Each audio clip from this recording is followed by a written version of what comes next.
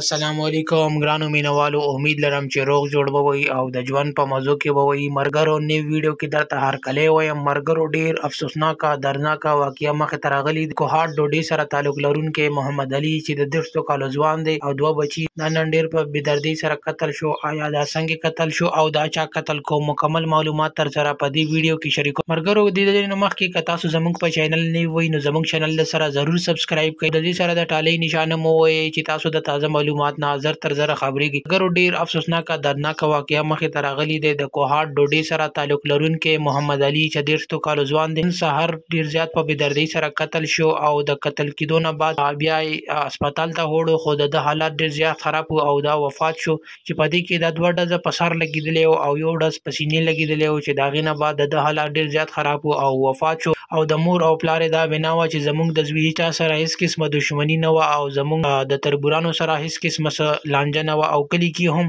داسې څه هغه نه و. نو دا موږ سره دومره زیات ظلم ولې وشو چې زموږ ځوان زوی قتل کو او د 2 بچي او یو ځوانه ښځه پاتې شوه. نو آیا په دو به موږ څه کوو او به موږ تعلیم او تربیت څنګه کوو چې زموږ سره دومره غټ زیاتی وشو چې زموږ د 30 کالو زوی محمد علي ډیر زیات په بېدردۍ سره قتل شو. نو آیا زموږ خو د چا سره هېڅ قسمه بدي نه وه، نو آیا دا دومره ظلم موږ سره ولې وشو؟ او دا یې ویل چې د دې نه مخکې هم 1 هفته مخکې د باندې فایرنګ شوی و چې په هغې کې دا ډېر مور او پلار یې دا وینا وه چې زموږ د حکومت نه هم دا اپیل دی چې او د پولیس نه هم دا اپیل دی چې زموږ ته دې زموږ دښمن زر تر زره په لاس راکړي او دا دې ګرفتار کړی شي چې آیا دومره غټ زیاتی زموږ سره چا وکړو چې زموږ 2 ماشومان یتیمان کو او ځوانه ښځه کونډه شوه. نو آیا زموږ به د دې نه بعد څه کوو؟ زموږ خو دا یک یو زوی و چې هغه هم چا قتل کو ډېر په بېدردۍ سره. اګر که تاسو زموږ ویډیو خوښه شوي نو زموږ چې نور ویډیوګانو لپاره چینل ضرور سبسکرایب کړئ چې تاسو د تازه معلومات نه زر تر زره خبرېږئ.